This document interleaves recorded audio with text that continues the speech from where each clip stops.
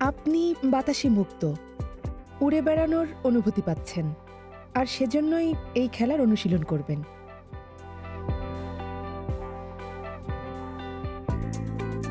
প্রতি ঘন্টায় ৯০ কিলোমিটার পর্যন্ত গতিতে প্রায় ৩ সেকেন্ডের উড্ডয়ন।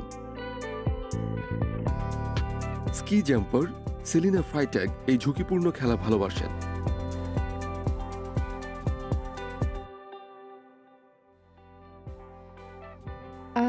অ্যাড্রেনালিন ক্ষরণের এক অসাধারণ অনুভূতি।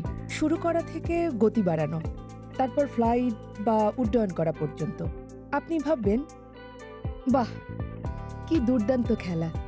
আপনি যখন বুঝবেন যে আপনি কতদূর লাফিয়েছেন, মনে হবে আমি এটা আবারও করতে চাই। পুরোটাই পদার্থবিদ্যা এবং কৌশলের সমন্বয়।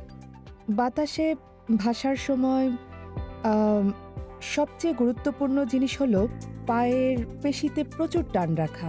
আপনি সঠিকভাবে লাফ দিলে তা নিজে নিজেই ঘটবে। এটি আসলে আপনাকে ওপরের দিকে তুলে ধরতে সাহায্য করবে। তারপর আপনি পা টান টান রাখুন, আপনি আপনার পা প্রসারিত করুন এবং নিচের স্কিকে গাইড করার জন্য আপনার গোড়ালি শক্ত রাখুন।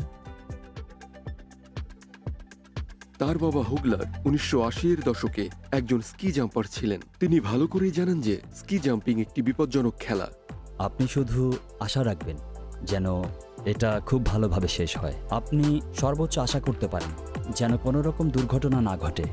আসলে এর উদ্বেগ উৎকণ্ঠা কখনোই দূর হয় না, প্রতি রাতেই আপনাকে ভাবাবে এবং একই সাথে প্রচুর পরিমাণে শক্তি ব্যয় করার প্রয়োজন হবে।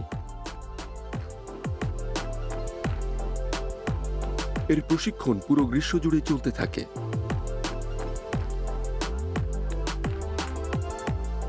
স্ট্রেংথ ট্রেনিং, জাম্পিং টেকনিক এবং স্ট্রেচিং। জাম্পাররা ভেজা ম্যাটের উপর অবতরণ করে, কিন্তু সেলিনা শীতকাল পছন্দ করে।